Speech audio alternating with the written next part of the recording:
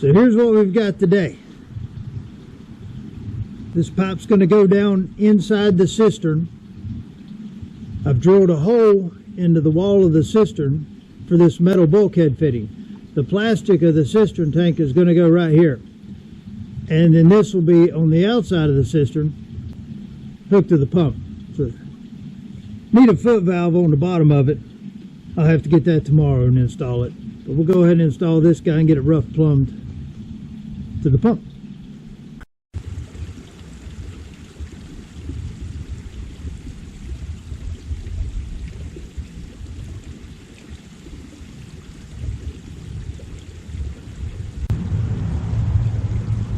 So this is our temporary setup. Just going to mock it up, run some power to it tomorrow. How far you can squirt water? Yep.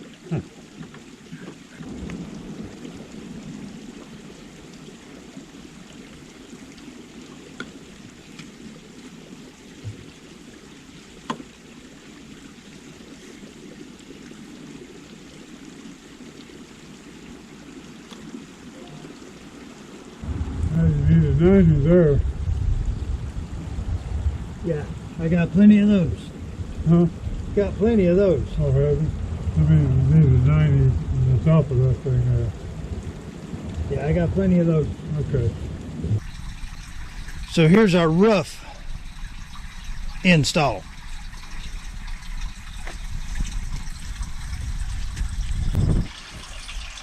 Got our suction coming out of our cistern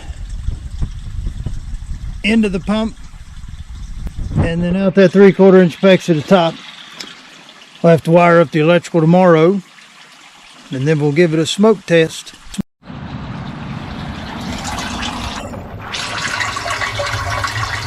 You see our water coming in, and the pipe to the right of it there. That will go to within a few inches of the bottom, have a foot valve on it so that the pump doesn't lose prime. That'll be the suction for the pump. Got a little bit of algae growing in here. Over the last couple of rains, it stopped up my intake up there, and so the water flow's been a little less than desirable because nobody's been here to take care of it the last probably month. So we got a little bit of algae growing in here. We'll increase our water flow, drop some pads in it to clean it out, and then flush everything really well. I think the other thing we're going to do that Dad suggested is take the spring discharge pipe, and instead of releasing the water at the top, release the water about 3 feet down into the cistern, kind of like a fish tank, so that the bubbles that contain the oxygen go a little deeper. You can see there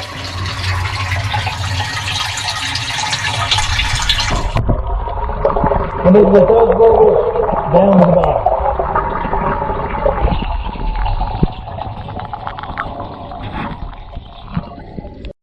So those air bubbles you saw when I dunked my camera in the water, we're going to add about a 3-foot section of pipe to where the water runs into the cistern. That way we get those air bubbles closer to the bottom. It'll provide a little more aeration to the all the fluid that's inside the cistern. See if that'll help alleviate some of that algae problem. So we installed this guy, and it runs down about 2.5 feet, and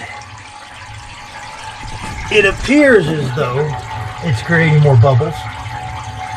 See them floating up there. Hopefully that'll help oxygenate this thing a little better. And now we're going to install our pump suction. It'll go down there, and we got a foot valve on the end of it.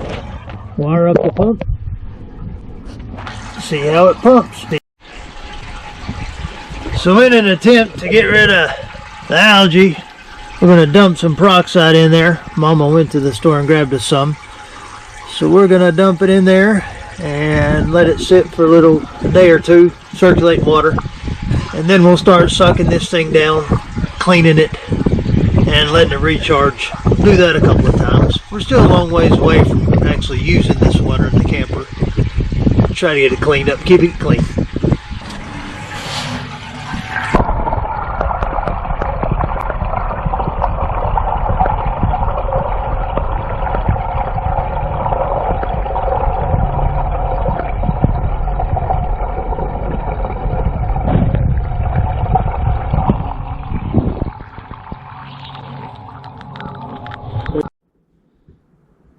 So we're back today, going to finish the install on our water pump up there. I got all the electrical stuff we need. So we're going to wire it up to our breaker inside the building and then wire the pump up, give it the old smoke test.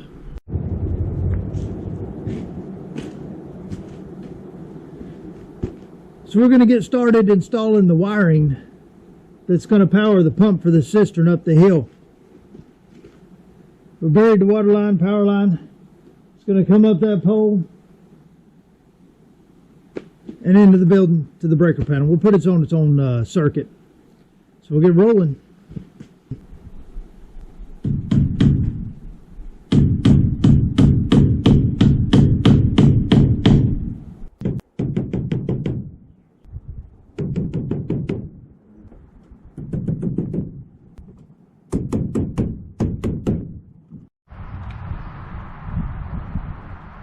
So the gray wire is the wire that's coming from the spring pump.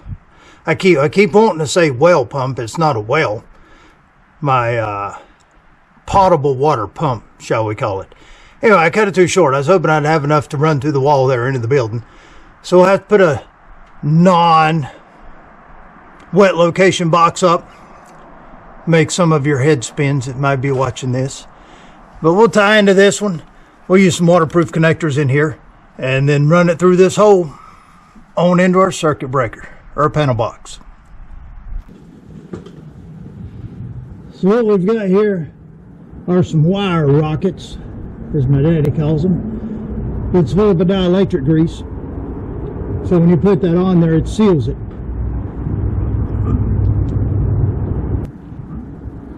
Makes everything nice and slick too.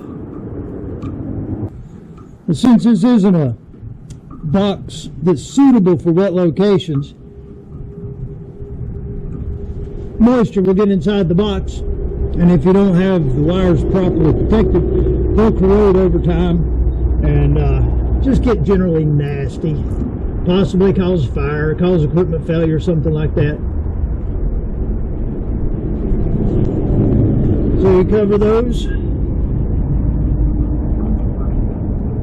in our wire rockets filled with dielectric grease. Put them all up in there. Put a blank cover on it. Silicone back here where the wires run in, and we'll be okay. Need to secure this wire, don't I? It leaves me enough slack. They get in the way if I ever have to change that fixture.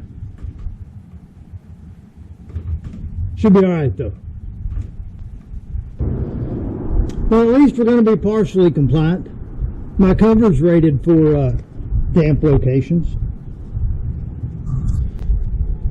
Okay, we're all made up out here.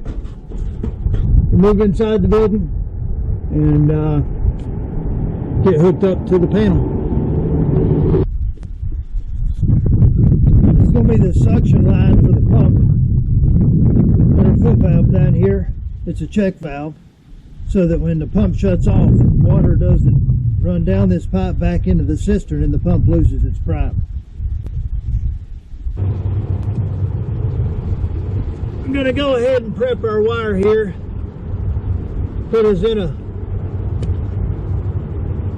receptacle box that's suitable for wet weather locations. Because our pump's 110 volts and it's got a 110 plug on the end of it. So we'll just drop a receptacle in there and utilize that. That'll be our temporary solution. Once I get a shelter built, then we'll do something a little more permanent. All jokes aside, it is pretty important that you use waterproof boxes, receptacles rated for damp weather conditions. And on that note, I thought that I had a wet weather GFCI, but I don't. So we're going to just throw in a regular receptacle temporarily until I get back to town and get the right receptacle for this thing. Well, we got everything plumbed up and wired up. Here. And was priming the pump and realized we got a hole right there in that hose. So I'm going to pull that hose loose, see what we can do to repair that. before we smoke test it. Well, we were able to salvage some junk together and get that hose fixed. We cut the old hose off, saved the metal ends, and just inserted this braided hose in here for now, just to get everything checked out and smoke test. So we're gonna plug her up, see what happens.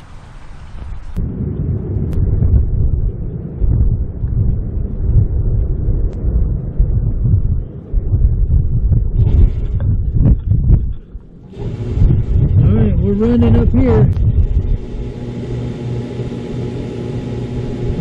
No pressure building yet.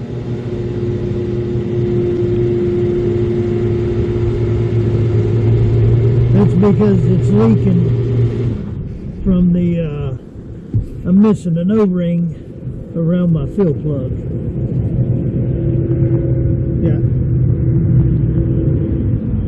Yeah, it's turned off. I got a switch up here. Yeah.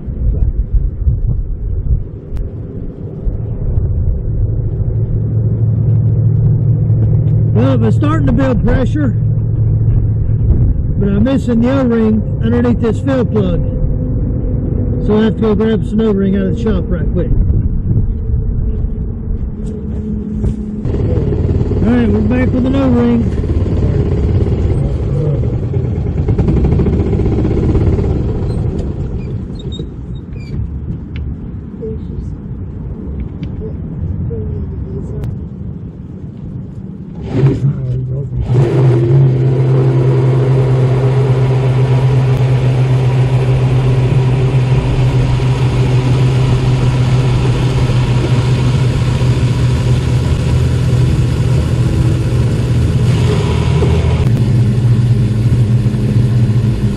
That's success. We got water coming out at the other end of the camper.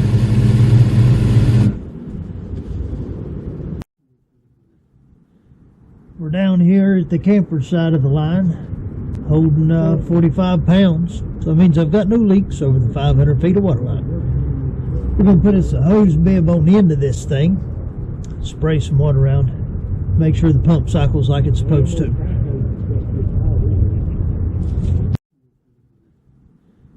We're down here at the camper side of the line, holding 45 pounds. So that means I've got no leaks over the 500 feet of water line. We're going to put us a hose bib on the end of this thing, spray some water around, make sure the pump cycles like it's supposed to.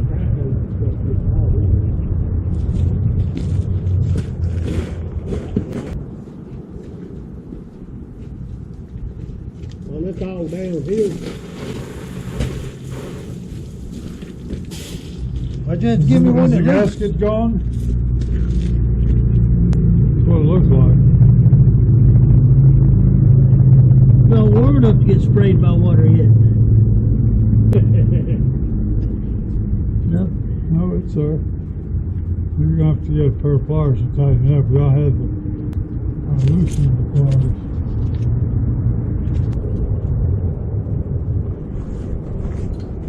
It's these toy monkey wrenches to work. There's a reason why they've never been used. Oh, because they are toys? Oh, yeah, that's what I was looking for. I didn't know where they were.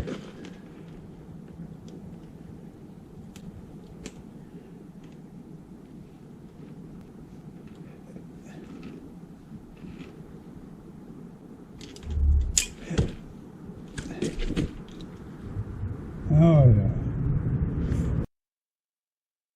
Finally got some running water to the cabin side. That was a long time coming for sure. Thanks to all you subscribers.